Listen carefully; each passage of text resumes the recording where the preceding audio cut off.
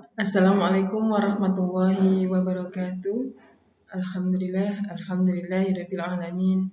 Wa bihi nasta'inu ala umuri dunya waddin. Wassalatu wassalamu ala asrofil anbiya'i wal mursalin sayyidina wa maulana Muhammadin wa ala alihi washabihi ajma'in. Amma ba'du. Syukur alhamdulillah kita semuanya bisa mengikuti sosialisasi pembelajaran TK Islam Terpadu Cendekia Lamongan tahun pelajaran 2020-2021. Insya Allah semuanya dalam keadaan sehat walafiat. Ayah bunda dimanapun berada, insya Allah akan kami sampaikan sosialisasi pembelajaran via online yang nantinya akan menjadi bekal ayah bunda untuk mengikuti sosialisasi pembelajaran secara tatap muka. Baik, akan saya mulai. Bismillahirrahmanirrahim. Yang pertama adalah visi. Insya Allah ini sudah pernah kami sampaikan di setiap tahun ajaran baru. Apabila ayah bunda sekarang putra-putrinya sudah pernah belajar selama 1 tahun atau 2 tahun, insya Allah akan semakin memahami ya, visi misi kami ya. Salah satu visinya adalah terwujudnya peserta didik yang berperilaku islami, cerdas, kreatif, dan mandiri. Jadi ini yang menjadi visi kami dalam menjalankan roda pendidikan untuk mengawal perkembangan Ananda selama bersekolah di TK Islam Terpadu Cendekia Lamongan. Jadi bagaimana Ananda bisa berperilaku yang islami, misalnya cara makannya, cara makan yang islami, kemudian cara tidurnya, cara minumnya, cara berinteraksi dengan temannya. Insya Allah kami berusaha untuk memberikan pembiasaan-pembiasaan atau bimbingan yang mengacu kepada syariat Islam. Misalnya makan dan minum dengan duduk, kemudian berdoa, menggunakan tangan kanan. Nah itu yang insya Allah selama ini kami tanamkan kepada Ananda.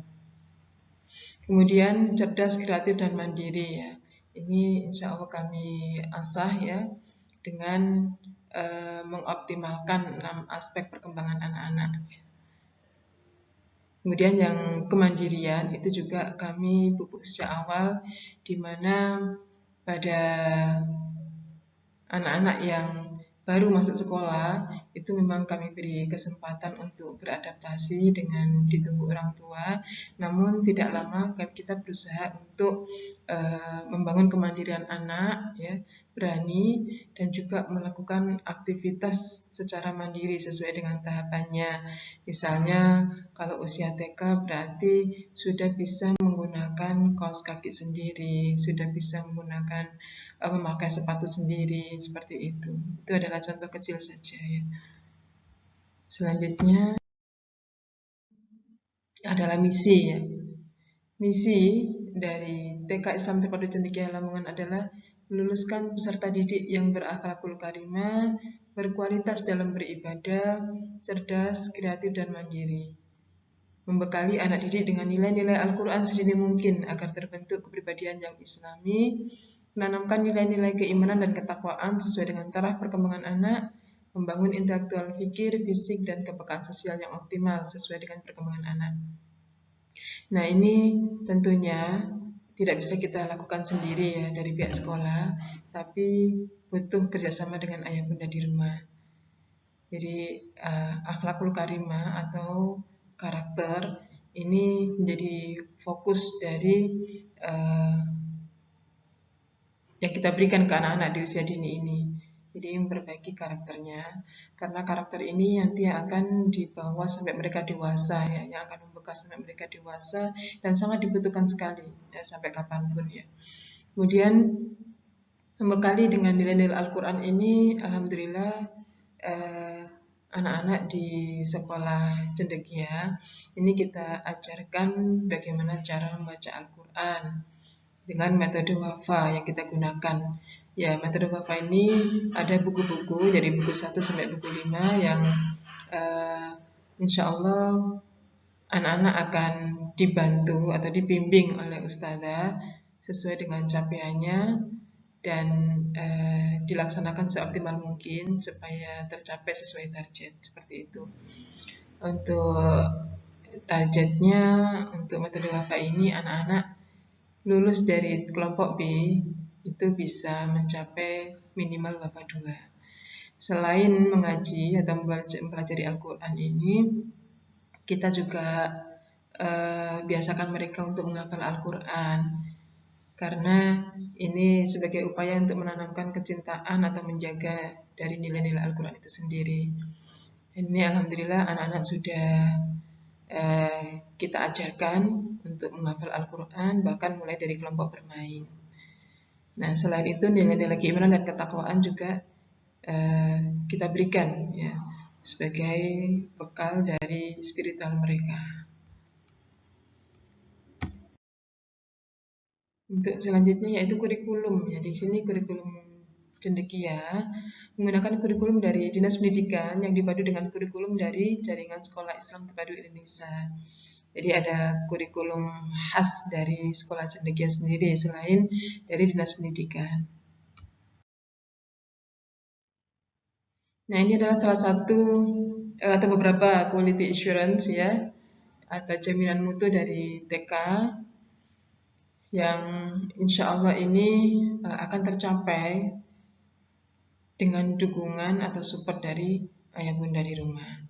Yang pertama, mampu membaca WAFA minimal buku 2. Dan alhamdulillah beberapa tahun terakhir kita selalu melakukan kajian secara mendalam untuk capaian dari mengaji anak-anak ini. Setelah kita perbaiki, alhamdulillah pada tahun ini terjadi peningkatan capaian dari anak-anak ya. Secara global ada kenaikan dalam mencapai WAFA buku 2 ini ya. Alhamdulillah beberapa sudah terlampaui dan ini juga sudah di awal semester 2 ini beberapa sudah mencapai buku WAFA 3 dan alhamdulillah sudah ada juga yang WAFA 4 dan 5 ya, alhamdulillah. Ini semuanya tak luput dari kerjasama ayah bunda di rumah. Kemudian menghafal 21 surat pendek dan ayat pilihan. Ini insya Allah juga sudah diinformasikan oleh ustazah, wali kelas atau guru mengaji masing-masing untuk surat-surat pendeknya apa saja. Kemudian 20 hadis berkaitan dengan akhlak yang akan menjadi penguatan ananda dan kita semua sebagai orang tua untuk bisa semakin bisa menanamkan akhlakul karimah. Kemudian menghafal 34 doa harian. Nah, ini adalah doa sehari-hari yang sangat butuh 100% dukungan dari orang tua. Kenapa? Untuk aplikasinya atau mengamalkannya itu bisa terus-menerus di rumah seperti itu.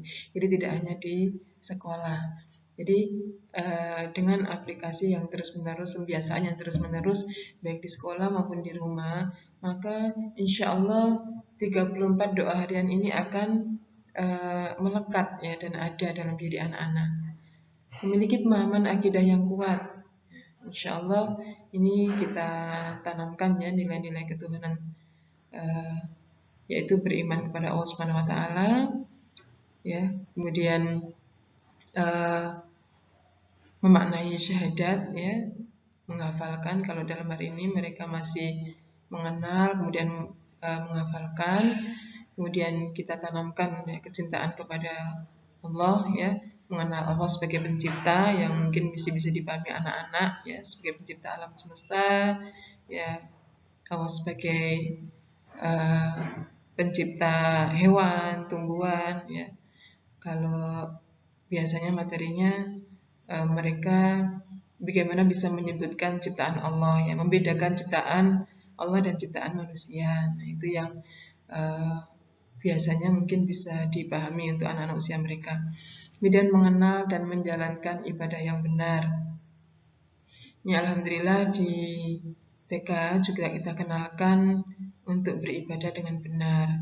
Salah satunya adalah bagaimana berwudu dengan benar dan bagaimana sholat dengan benar ya. Untuk awal mungkin masih gerakan ya, kemudian diikuti dengan doa-doanya. Kemudian memiliki akhlak yang baik. Ini tentunya idaman kita semua, bagaimana anak-anak memiliki akhlak yang baik. Nah, di sini kita berusaha untuk bagaimana memberikan teladan ya. Untuk guru-guru ini memberikan teladan yang terbaik ya, akhlakul karimah kepada anak-anak. Nah, insya Allah dengan akhlak yang baik dari seluruh ustazah yang ada di sekolah, kemudian didukung akhlak yang baik dari keluarga di rumah, kemudian lingkungan masyarakat, insya Allah ini akan sangat membantu menumbuhkan akhlak yang baik bagi anak-anak kita. Kemudian tuntas tugas perkembangan kognitif, moral, agama, sosial, ya, fisik, motorik, ya. Ini 6 aspek perkembangan anak-anak ya, kognitif, bahasa, ya, moral, agama, sosial, emosional, dan fisik, motorik. Ini setiap hari kita berikan ke anak-anak ya. Ya, jadi materi-materi yaitu yang terdapat di kurikulum ya. Indikator-indikatornya ini mengacu kepada 6 aspek ini. Bagaimana supaya mereka kognitifnya juga berkembang ya, bahasanya juga berkembang ya, moral agamanya, ya, sosial emosionalnya ya, bisa mengendalikan emosi dengan baik. Fisik motoriknya juga terasah seperti itu. Dan yang terakhir didukung oleh life skill. Life skill ini merupakan keterampilan ya, keterampilan tambahan. Biasanya kita masukkan dalam kegiatan-kegiatan outing kita. Misalnya ada outbound, kemudian ada puncak tema, kemudian kegiatan-kegiatan tambahan lainnya studi lapangan dan lain-lain yang itu memang untuk memberikan pengalaman nyata pada anak-anak.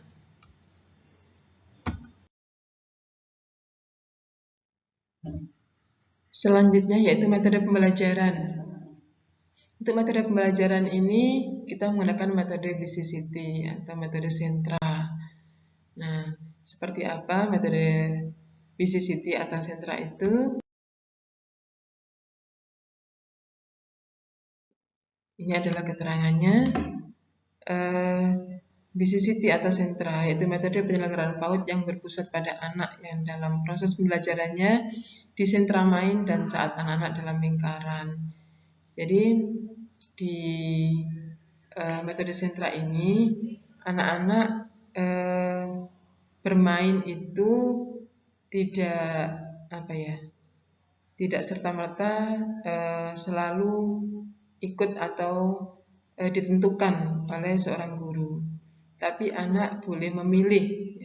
Ketika kita sudah menyediakan beberapa pilihan bermain dan belajar, maka anak-anak boleh memilih mana yang paling disukai. Karena tiap anak itu mempunyai minat yang berbeda-beda yang tidak bisa kita paksakan. Jadi anak-anak boleh memilih di metode sentra ini. Kemudian saat anak-anak dalam lingkaran juga seperti itu. Jadi kita membuat lingkaran ya, yang biasanya memang bergandeng tangan ya, tapi untuk saat ini memang belum bisa kita lakukan secara total metode ini ya, karena memang kita harus juga menerapkan protokol kesehatan yang memang tidak boleh bersentuhan dan menjaga jarak. Kemudian ada zona atau area main yang dilengkapi seperangkat alat main yang berfungsi sebagai pijakan lingkungan yang diperlukan untuk mendukung perkembangan anak. Nah, ada 3 jenis permainan sensori motor yang fungsional, kemudian peran dan pembangunan. Jadi memang di sini alhamdulillah kita juga sudah menyediakan zona-zona atau area main. Jadi tiap kelas itu kita sudah setting berbeda. Sentra apa. Nah, ada sentra apa saja di sekolah Cendekia. Nah, ini tujuannya dulu ya. Untuk tujuannya untuk melejitkan potensi kecerdasan anak. Ini sentra yang dibuka. Ada sentra drama atau bermain peran. Ini untuk mengasah imajinasi anak juga, ya. Kemudian di sentra persiapan ini dalam rangka mereka persiapan untuk masuk ke jenjang berikutnya yang biasanya berhubungan dengan calistung, ya, atau persiapan untuk seluruh ya aspek yang akan nanti dibutuhkan di jenjang berikutnya. Kemudian sentra rancang bangun atau balok, ya, di sini disediakan banyak balok kalau di sentra rancang bangun itu, yang mereka akan berusaha untuk membuat kreativitas dengan cara membangun ya dari bahan balok-balok itu. Kemudian ada sentra seni kriya.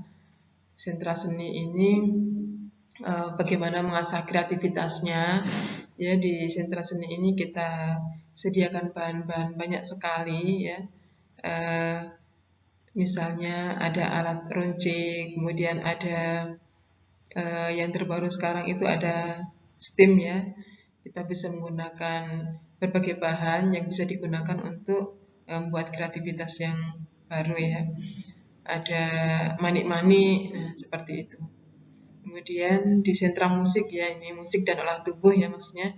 Ya, karena memang ada anak-anak yang memang minat di musik itu banyak dan sangat terbantu belajarnya dengan menggunakan musik ini kita fasilitasi juga. Jadi bagaimana menghafal sesuatu itu dengan cara bernyanyi lagu-lagu ya, mengenal lagu-lagu. Kemudian untuk olah tubuhnya di sini juga ada fisik motorik yang memang harus dikembangkan juga. Dan ini memang banyak juga anak-anak yang cara belajarnya kinestetik ya, yang memang fisik motoriknya itu bisa difasilitasi di sentra musik dan olah tubuh ini. Kemudian sentra eksplorasi ini bagaimana anak bisa mengeksplorasi sendiri ya, tanpa sebelumnya itu kita beritahu ya, atau kita ini sangat bertolak belakang dengan metode ceramah ya. Di eksplorasi ini anak menemukan sendiri jawaban dari atas pertanyaan-pertanyaan yang mungkin dihadapi ya. Jadi di sini di sentra eksplorasi mungkin bisa kita temui percobaan-percobaan dan lain sebagainya. Dan insya Allah ini menjadi sesuatu yang disukai anak-anak. Dan dari 6 sentra yang kita buka ini diharapkan bisa melejitkan potensi dari anak-anak dan memfasilitasi semua minat dari anak didik. Nah, kecerdasan yang bisa kita optimalkan bersama ya, yaitu kecerdasan bahasa salah satunya ya. Jadi anak-anak yang memiliki kecerdasan bahasa biasanya bisa mengungkapkan perasaannya melalui lisan atau dengan cara berkomunikasi. Jadi dia bisa menceritakan secara runtut ya, kemudian bisa menyampaikan pendapatnya.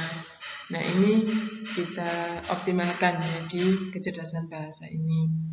Nah, untuk bakat-bakat kedepannya, untuk kecerdasan bahasa ini, anak-anak bisa menjadi misalnya MC ya, untuk mengasahnya itu bisa menjadi MC atau mungkin pembawa acara seperti itu ya. Dan banyak hal ya, misalnya pembawa berita ya, dan lain sebagainya. Kemudian kecerdasan logik matematik ya, yang berhubungan dengan matematika. Ini juga kalau ke arah karir kedepannya juga insya Allah kita sudah bisa memahami, termasuk kecerdasan musik. Nah, tinggal kita mengarahkan saja ya musik yang sesuai syariat Islam itu seperti apa, musik yang membawa manfaat itu untuk umat itu seperti apa. Nah, seperti itu. Karena memang anak membawa bakat sendiri-sendiri yang itu memang harus kita optimalkan ya. Kemudian kecerdasan kinestetik ya, ini berhubungan dengan fisik motoriknya ya. Misalnya anak yang sangat suka sekali dengan senam ya, atau kegiatan-kegiatan yang berhubungan dengan ini ya, tubuh ya, mengoptimalkan fisik motorik dari tubuhnya, misalnya atlet dan lain sebagainya. Kemudian kecerdasan visual spasial ya, gambar dan ruang ya. Mungkin ada anak-anak bakat tertentu yang memang mempunyai keahlian, pintar sekali menggambar, ya, mendesain dan sebagainya. Kemudian kecerdasan intrapersonal atau kecerdasan diri. Jadi dia memahami sekali dirinya seperti apa dan juga memahami orang lain ya, sehingga dia bisa menjadi psikolog atau mungkin sudah kelihatan sekali sejak kecil itu bisa membantu memecahkan masalah dengan teman-temannya seperti itu. Kemudian untuk karir kedepannya juga bisa menjadi motivator dan lain sebagainya. Kecerdasan interpersonal ya, kecerdasan interpersonal ya, bersosialisasi ya. Jadi ini berbeda dengan intrapersonal yang mungkin apa ya, dia bukan menarik diri dari luar, tidak ya, tapi intrapersonal lebih ke cerdas diri dalam dirinya, karena interpersonal itu lebih ke keluar atau bersosialisasi. Jadi Ananda dengan kecerdasan interpersonal biasanya itu di kelas menjadi pusat perhatian, dia paling berpengaruh. Nah seperti ini juga sangat penting untuk dimaksimalkan, bagaimana kemampuan Ananda tersebut itu bisa berdampak bermanfaat untuk banyak hal seperti itu. Kemudian kecerdasan natural ya, ini dimiliki oleh anak-anak yang suka sesuatu dengan yang apa ya, misalnya tumbuh-tumbuhan ya, dia suka sekali menanam, kemudian ya merawat ya, kemudian termasuk hewan juga seperti itu. Ini juga bisa nanti arahnya menjadi dokter hewan dan lain sebagainya. Dan banyak hal sekali, ini panjang kalau misalnya untuk ke karir. Tapi yang jelas ini juga sebuah kecerdasan yang memang harus dioptimalkan dari anak-anak di usia dini ini. Dan yang terakhir adalah kecerdasan spiritual. Ini yang sangat berpengaruh ya dalam kehidupan seseorang ya. Karena jika memiliki semua kecerdasan ini tanpa kecerdasan spiritual, maka anak menjalani hidup itu seperti dalam kehampaan ya. Jadi tidak ada prinsip atau yang menjadikan pegangan ya, seakan-akan seperti itu. Jadi batasan keilmuannya hanya batasan secara manusia ya, tapi secara ketuhanan tidak ada. Nah, padahal dalam menjalani kehidupan ini kita membutuhkan nilai-nilai ketuhanan itu yang menjadi seseorang bisa tetap semangat, tetap fight, tetap mengejar keberhasilan. Itu semuanya dalam rangka untuk mencari keridhaan Allah, sehingga memang nilai-nilai keikhlasan juga bisa didapat dengan adanya kecerdasan spiritual ini. Insya Allah seperti itu ya Ayah Bunda, dan anak-anak kita bisa kita maksimalkan seluruh kecerdasannya ini ya, karena memang di anak usia dini ini masih dalam proses berkembang ya otaknya, sehingga masih memungkinkan untuk bisa memaksimalkan semua kecerdasan yang ada di sini.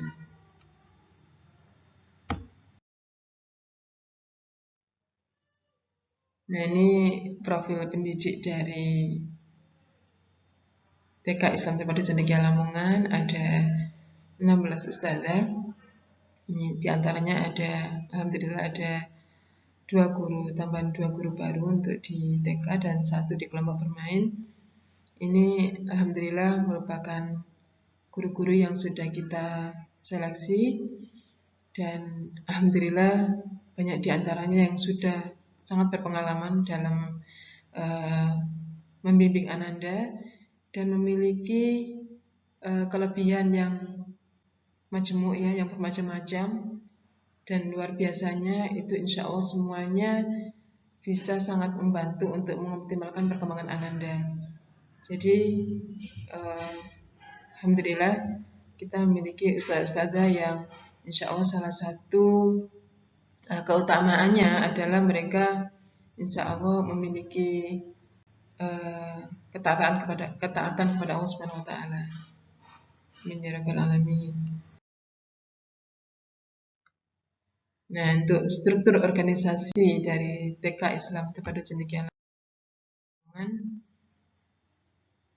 untuk ketua yayasan ada Ustadz Sarmadi, SPD, kemudian ada ketua LPIT, Ustadz Ahmad Ridwan, SPD, kemudian ada kepala sekolah, kemudian dibantu oleh waka-waka ini yang memang sangat dibutuhkan untuk menjalankan pendidikan di sekolah cendekia yang cukup besar ini. Kemudian ada ustadzah kelompok A, kelompok B, kemudian alhamdulillah dibantu security sampai ke siswa dan masyarakat. Nah, untuk ustadzah-ustadzah ini ada di kelompok A1 sampai A6, ini ada 6 kelas. Ini ada satu wali kelas ya di setiap kelas ini yang akan bertanggung jawab pada kelas tersebut, dan ini ada guru pendamping atau guru yang membantu. Ini memang tidak kemudian serta-merta full mengajar anak-anak di sini, tapi fungsinya adalah memang membantu jika memang dibutuhkan. Jadi ini ada guru-guru yang mendampingi sesuai kapasitasnya ya. Ini ada yang sebagai guru mengaji dan ada yang sebagai mendampingi, membantu, ada juga yang membimbing, insya Allah seperti itu. Ini di kelompok B, ini ada 6 juga ya. Ada kelompok B1 sampai B6 yang ada wali kelas masing-masing juga yang bertanggung jawab di kelas tersebut. Dan insya Allah ustazah dari kelompok A atau B semuanya insya Allah amanah ya untuk bisa bertanggung jawab membimbing Ananda selama bersekolah di Cendekia. Nah, untuk peserta didik kita adalah anak-anak ya yang berumur minimal 4,3 ya, yang bisa masuk di Cendekia ya, didaftarkan oleh orang tua mereka sampai 7 tahun ya di kelompok B. Nanti masuk SD bisa 7 tahun. Nah, ini batasan usia ya di TKA dan TKB. Untuk pendaftarannya tanpa tes dan selama kuota masih ada, ya alhamdulillah untuk 2 tahun terakhir ini kita menggunakan sistem online ya untuk pendaftarannya. Kemudian mau mengikuti peraturan sekolah dan dari mana saja asalnya. Jadi alhamdulillah dari peserta didik dari TK Islam Terpadu Cendekia ini ada dari berbagai kecamatan di Lamongan ya. Alhamdulillah. Untuk sekolah Islam Terpadu Cendekia sendiri memang termasuk sekolah full day school ya. Jadi sekolah yang mengimplementasikan konsep pendidikan Islam berlandaskan Al-Quran dan Sunnah. Kemudian sekolah Islam terpadu yang memadukan pendidikan umum dan pendidikan agama yang mengoptimalkan ranah kognitif dan afektif ya. Jadi untuk full day school itu memang kita lakukan di masa sebelum pandemi ini, dan untuk saat ini ya karena kondisi pandemi ini belum bisa dilaksanakan secara total atau secara sempurna karena memang kita dibatasi oleh protokol kesehatan. Insya Allah seperti itu. Jadi insya Allah nanti kalau pandemi sudah berakhir, Ini konsep full day school ini bisa kita terapkan kembali. Bismillah, semoga. Nah, ini adalah jadwal pembelajaran TKIT Cendekia di kondisi normal nih Bapak Ibu. Jadi insya Allah ayah bunda yang sudah menyekolahkan putra-putrinya, mungkin kakak-kakaknya yang sudah ada di sini, insya Allah sudah paham ya dengan jadwal ini sampai jam 12 ya, jam 7 sampai jam 12 ya. Nah, cuman untuk saat ini sekali lagi karena kondisi kita masih belum bisa melaksanakan pembelajaran sesuai jadwal yang sudah kita programkan. Ini agenda jadwal di hari Jumat ya. Ada ekstrakurikuler juga ya yang sangat mendukung perkembangan anak-anak ya. Tapi masih belum bisa kita laksanakan. Dan ini ada target hafalan dari TKIT Cendekia. Jadi ada surat-surat ya, mulai dari Al-Fatihah sampai Al-Alaq, kemudian ditambah dengan surat Asy-Syams ya dan Al-Tuha ya, karena memang dipakai sholat duha ya, biasanya.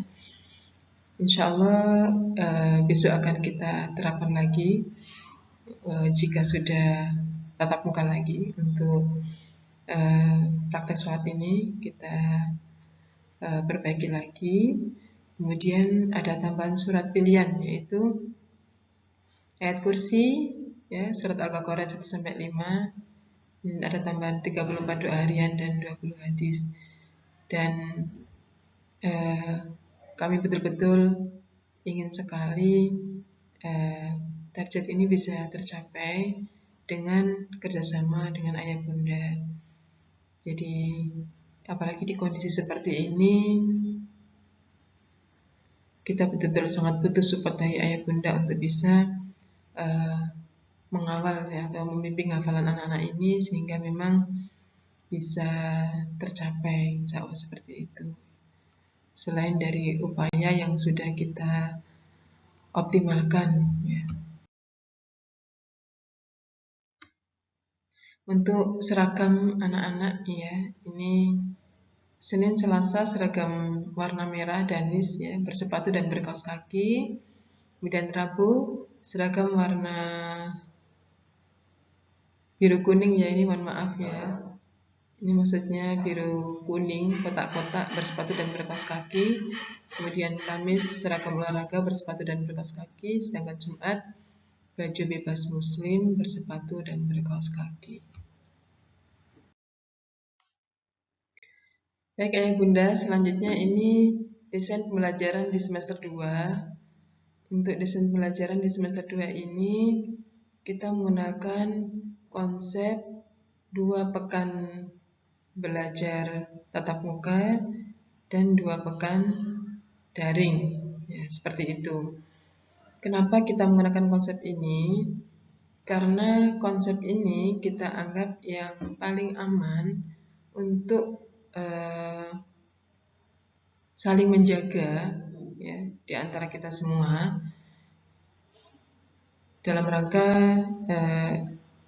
ini penyebaran wabah virus COVID-19. Jadi setelah simulasi tatap muka selama 2 pekan, kemudian 2 pekannya daring, diharapkan bisa menjadi isolasi mandiri ya bagi anak ya. Dan dengan interval yang aman ini ya, insya Allah diharapkan pembelajaran ini bisa berjalan dengan lancar dan semuanya bisa dalam keadaan sehat, jauh seperti itu. Nah, untuk desain pembelajaran ini sudah kita jadwalkan mulai dari kelompok bermain sampai TK ya. Nah, ini sudah kita mulai di Januari ya. Pekan ke-1 awal ini kita melaksanakan sosialisasi mulai tanggal 4 sampai 6. Sosialisasi orang tua ini pun kita laksanakan secara terjadwal ya, yang hanya diikuti insya Allah kalau di TK hanya 2 kelas saja, setiap 2 kelas saja untuk sosialisasinya. Kemudian terjadwal ada 2 sesi dalam 1 hari, dan pelaksananya insya Allah 4 sampai 6 Januari. Kemudian di Januari pekan kedua ini ada simulasi tatap muka ya. Januari pekan kedua dan pekan ketiga itu untuk kelompok B terlebih dahulu. Nah, kemudian setelah tatap muka 2 pekan, dilanjutkan daring 2 pekan. Nah, selama kelompok B tatap muka, ini yang kelompok A daring. Ya. Jadi memang supaya mengurangi dari jumlah peserta didik yang masuk ke sekolah, salah satunya juga. Dan ini secara terus-menerus terjadwal sudah kita buat sampai bulan Juni.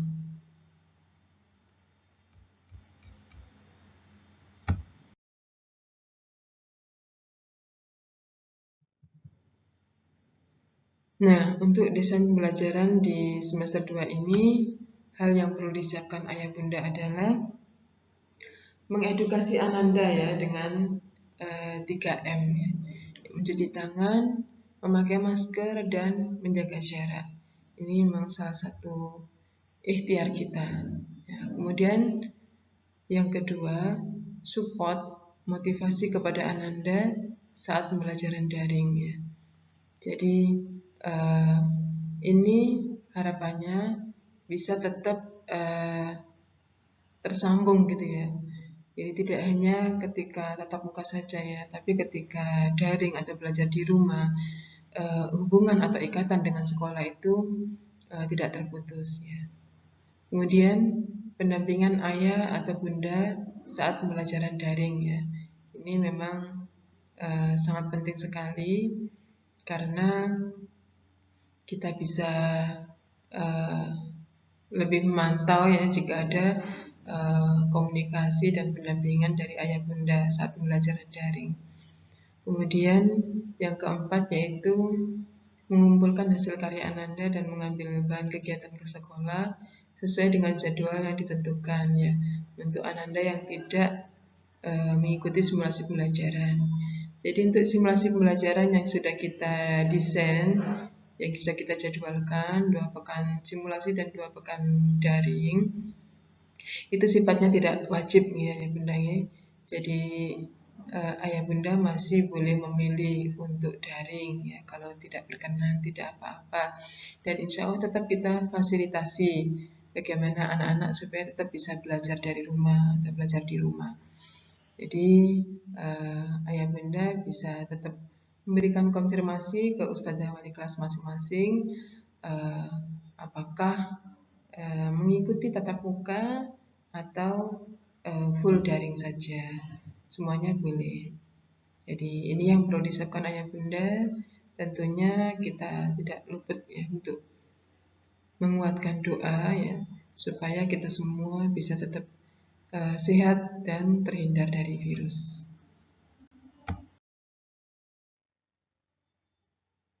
Selanjutnya yaitu tata tertib ya.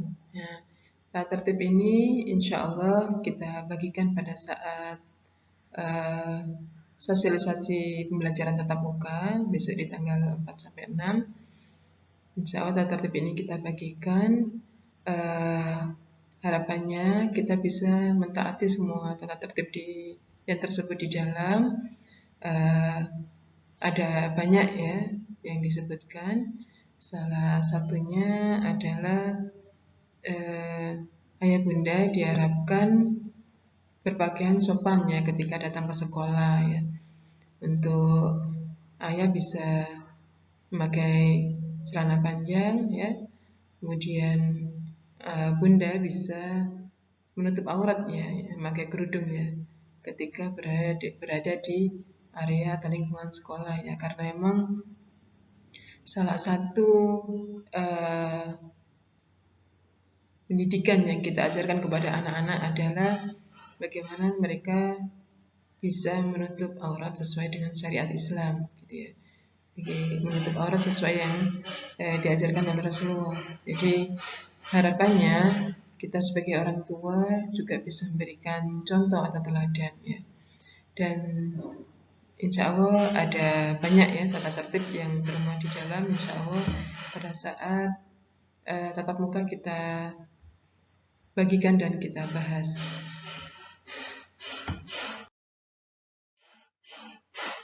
Nah, ini adalah standar operasional prosedur simulasi pembelajaran tatap muka terbatas, ya.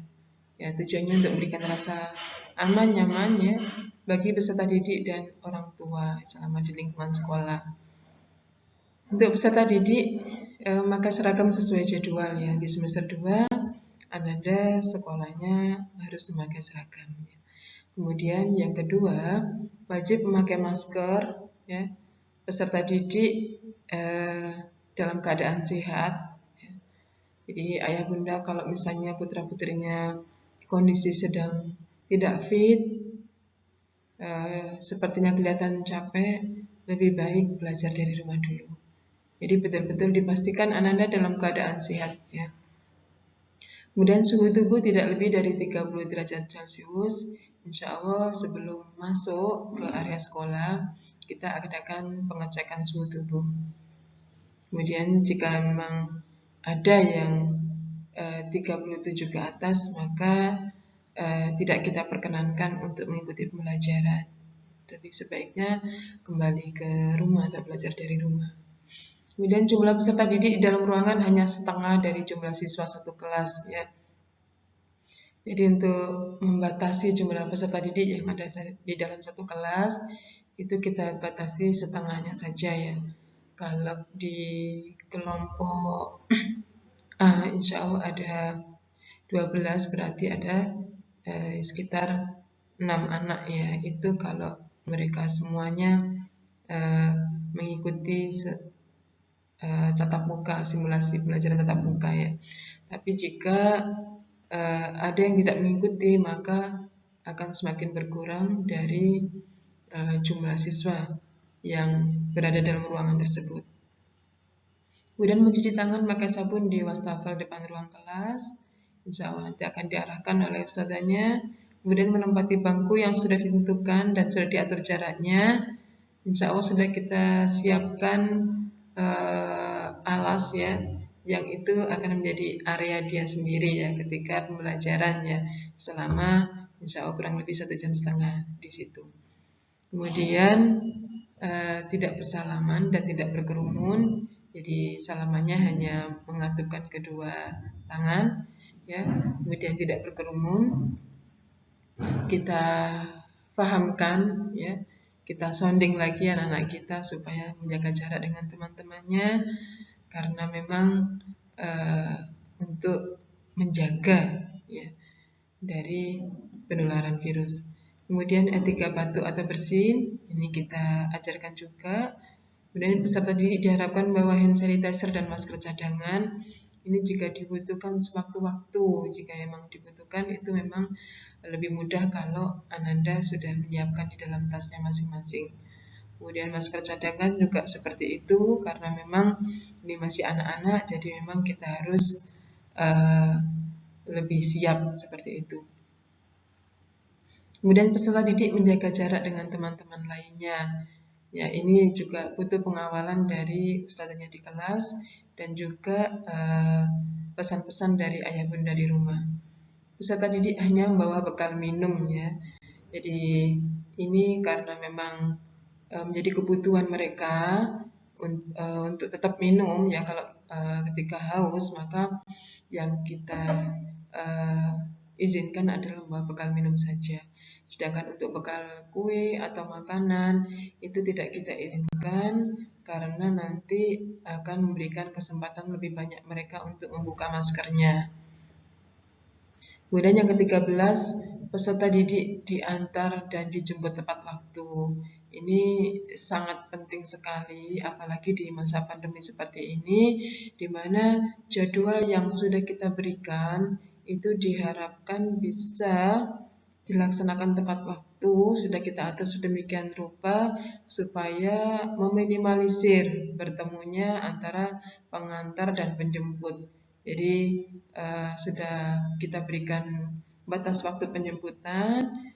Insya Allah kalau dijemput tepat waktu, insya Allah akan meminimalisir dari berkerumunnya atau bertemunya ayah bunda pada saat penjemputan dan pengantar. Karena pembelajaran kita satu hari ada 2 sesi insya Allah.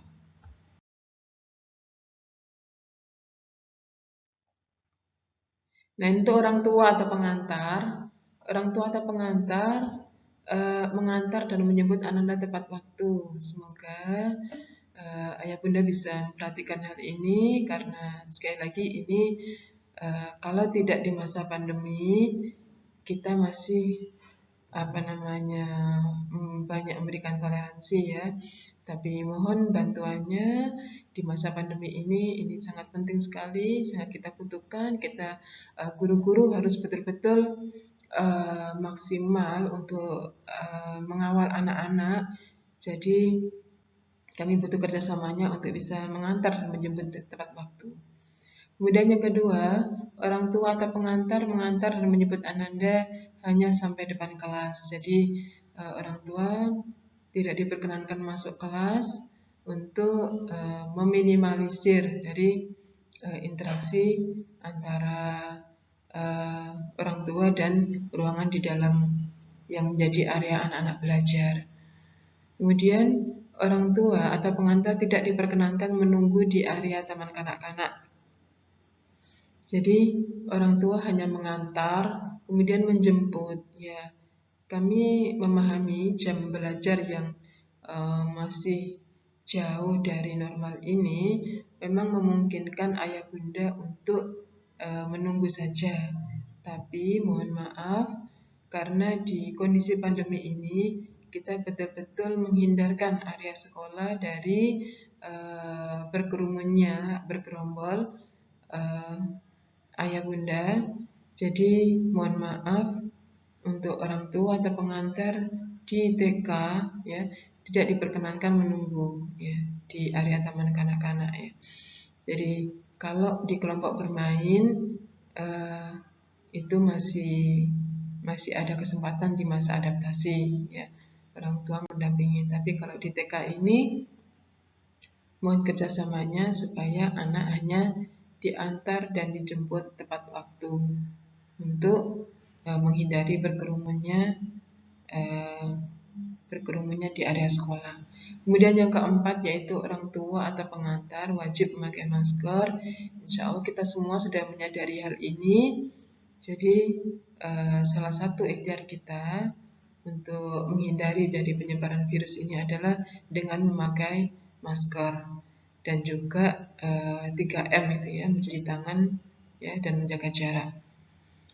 Kemudian apabila kondisi tubuh orang tua atau peserta didik ada gejala sakit, diharapkan bisa terbuka untuk menyampaikan informasi kepada guru. Ini sangat penting sekali supaya kita bisa menerapkan juga karena ini berpengaruh pada pembelajaran anak-anak. Jadi jikalau ya na'udzubillah min dzalik misalnya ada anggota keluarga kita yang terkonfirmasi positif atau jangan sampai juga ya misalnya kok na'udzubillah misalnya anak-anak. Nah itu mohon kerjasamanya orang tua terbuka untuk menyampaikan informasi ke sekolah ya karena ini akan sangat penting untuk dari pihak sekolah mengambil kebijakan-kebijakan baru untuk disesuaikan dengan kondisi. Selanjutnya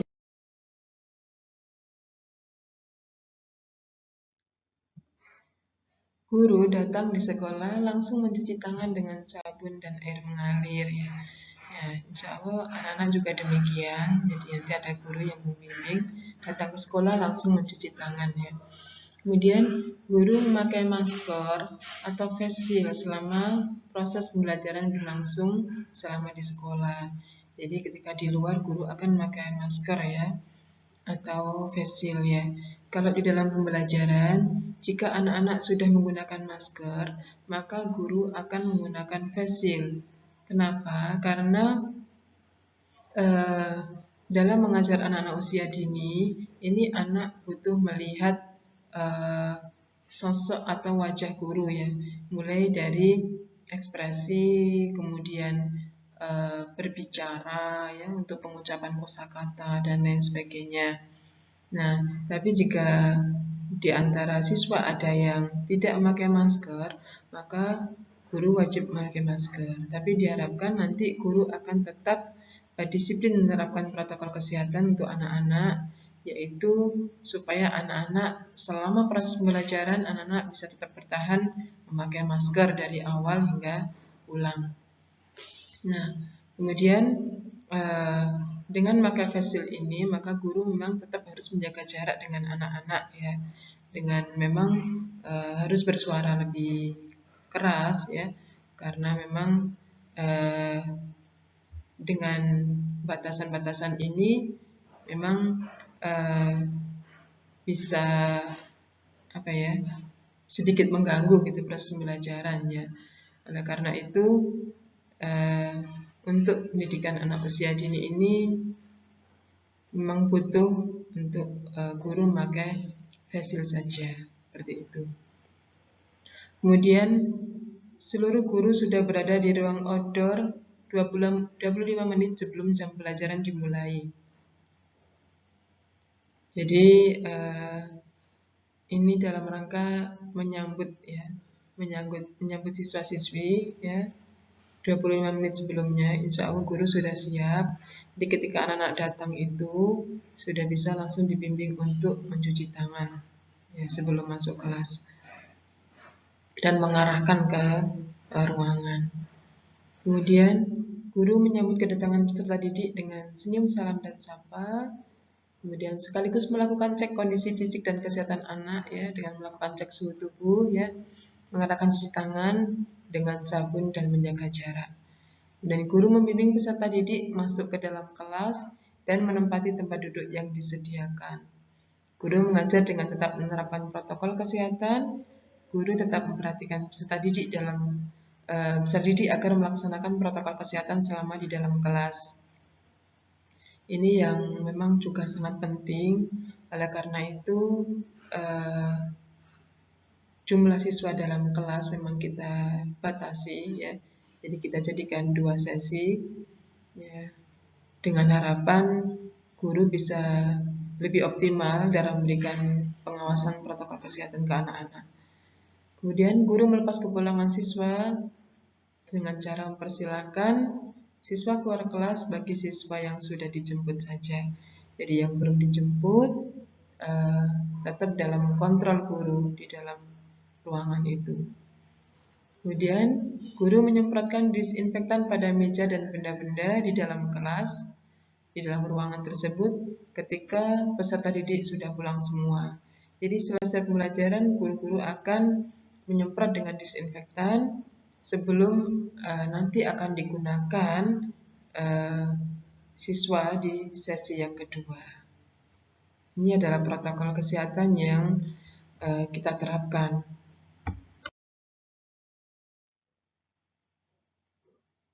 Nah, selanjutnya yaitu tenaga kependidikan. Ini kepala sekolah menyusun SOP simulasi pembelajaran tatap muka terbatas yang sesuai dengan protokol kesehatan.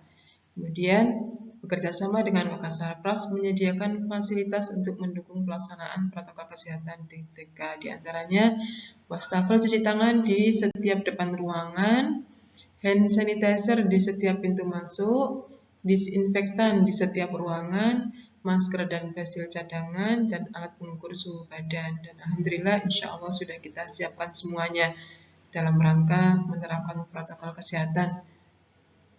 Kemudian petugas tata usaha membantu mengecek suhu seluruh guru yang datang dan memasuki area taman kanak-kanak. Jadi insya Allah kami juga memastikan guru-guru yang datang ke sekolah itu yang memang betul-betul dalam kondisi sehat, yang fit ya. Untuk yang kurang sehat, kita sarankan lebih baik tidak mengajar.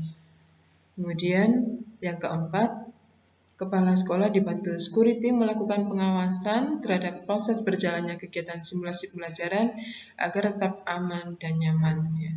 Kemudian tenaga kebersihan turut membantu menjaga terlaksananya protokol kesehatan di lingkungan sekolah. Jadi kita bekerja sama dengan semua warga sekolah untuk bagaimana supaya pelaksanaan protokol kesehatan ini bisa dilaksanakan dengan baik sebagai upaya penyebaran virus COVID-19.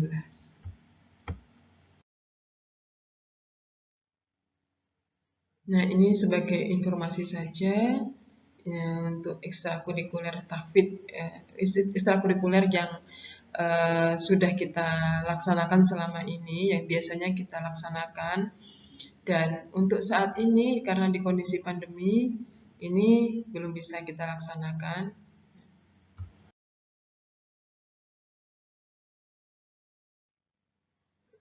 Nah, ini ada outing dari TKT Sendikia yang merupakan program kegiatan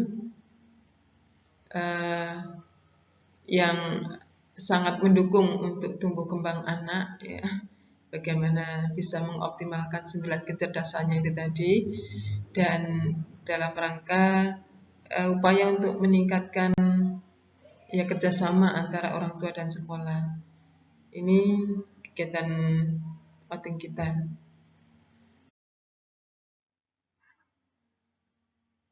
Nah, ini sudah ada program outing selama 1 tahun dan juga biaya-biayanya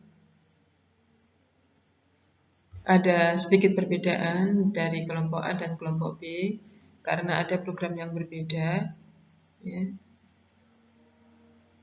Kalau di kelompok A ini ada kegiatan rekreasi, ya.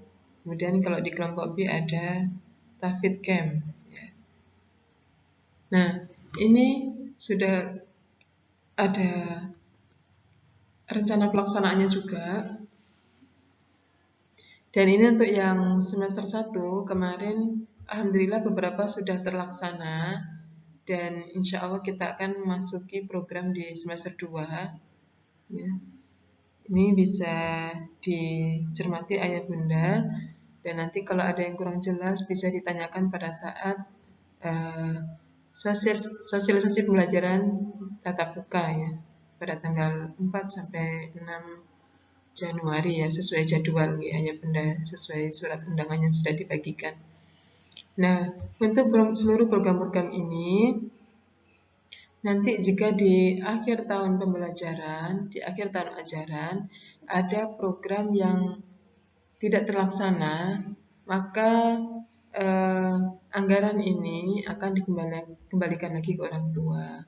Insya Allah sebagaimana yang tahun kemarin juga sudah ada yang kita kembalikan karena memang programnya tidak terlaksana. Tapi insya Allah nanti ketika di akhir tahun pembelajaran.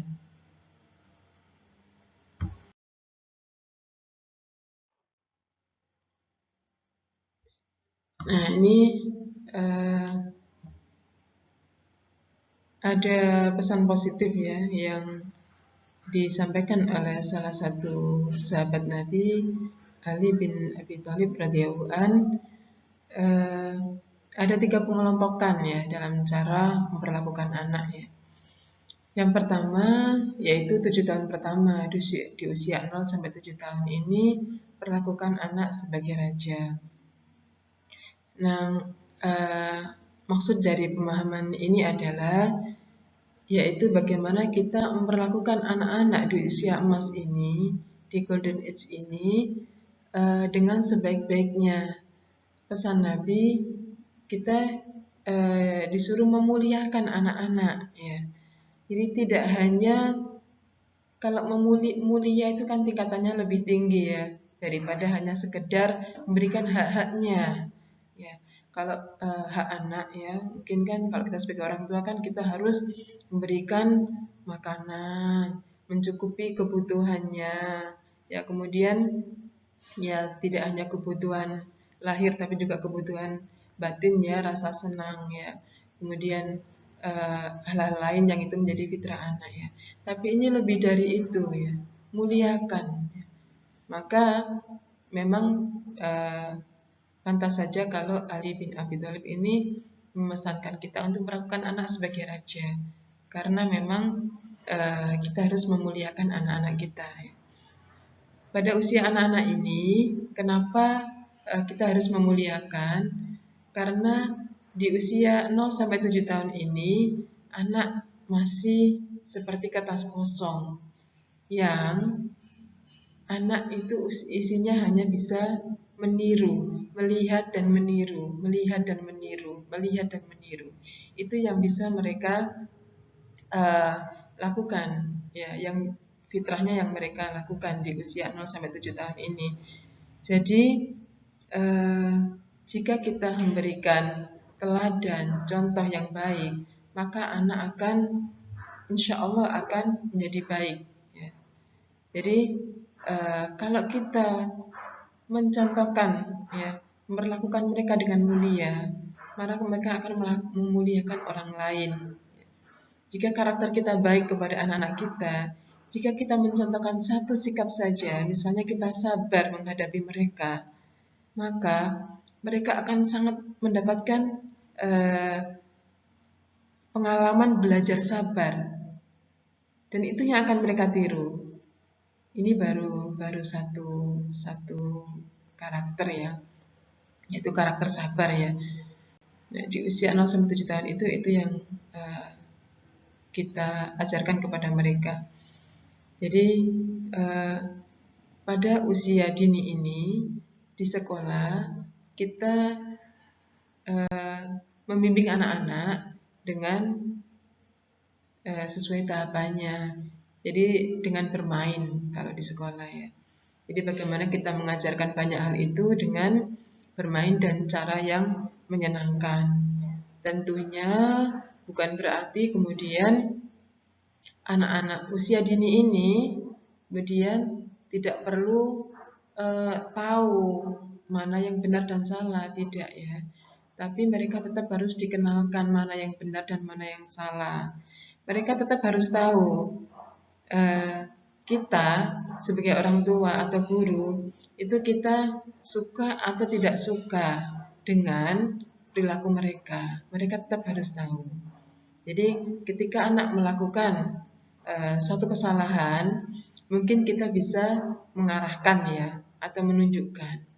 Kemudian ketika ada indikasi anak misalnya melakukan dengan sengaja, ya, berulang, kita boleh tunjukkan rasa ketidaksukaan kita terhadap perilaku tersebut.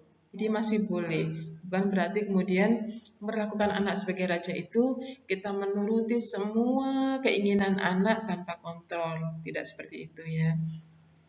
Jadi kita bagaimana mengajar anak dengan cara yang menyenangkan, dengan akhlak terbaik kita, sehingga nanti anak-anak di usia dini ini mendapatkan betul-betul sesuai porsinya. Mereka mendapatkan pengalaman untuk berakhlakul karimah.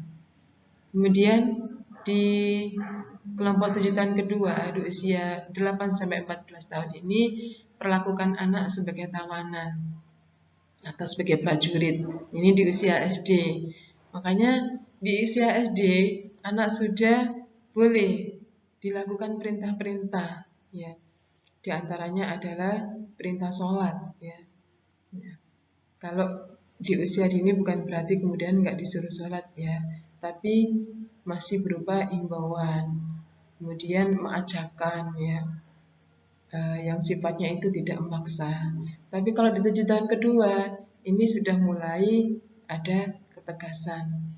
Makanya untuk anak-anak usia SD ini sudah mulai bisa dibuatkan aturan-aturan yang itu harus ditaati, dan mereka akan mendapatkan konsekuensinya jika tidak mentaati peraturan tersebut. Nah, kemudian di 7 tahun ketiga, ya, di usia 15 sampai 21 tahun ini perlakukan anak sebagai sahabat. Tentunya kita semua, ya, termasuk saya, memang masih terus perlu belajar banyak untuk bagaimana bisa membimbing anak-anak kita dengan bimbingan yang terbaik ya, tentunya sesuai dengan anjuran Rasulullah SAW. Oleh karena itu eh, kita semuanya harus terus tetap belajar ya, di program-program parenting yang mungkin ada ya, yang insya Allah biasanya juga dilaksanakan oleh sekolah cendekia ya, kegiatan parenting ini.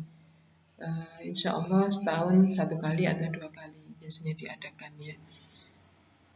Insya Allah program untuk tahun ini juga sudah ada, cuman masih belum bisa kita laksanakan ya karena kondisi pandemi. Nah, nanti akan fleksibel ya kita pelaksanaannya seperti apa. Insya Allah itu nih ayah bunda.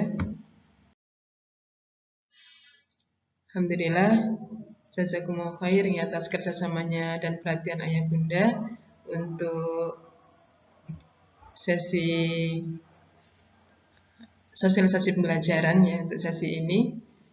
Dan insya Allah kita akan bertemu kembali di sosialisasi pembelajaran di tatap muka. Semoga ayah bunda bisa hadir ya, dan bisa menyampaikan secara langsung, mungkin bisa bertanya jawab ya. Karena waktunya sangat terbatas saat tatap muka, ayah bunda diharapkan bisa tepat waktu ya, dan bisa berjalan dengan efektif, insya Allah seperti itu. Dari kami dan seluruh ustadzah, mohon maaf atas segala kekurangan. Saya akhiri. Assalamualaikum warahmatullahi wabarakatuh.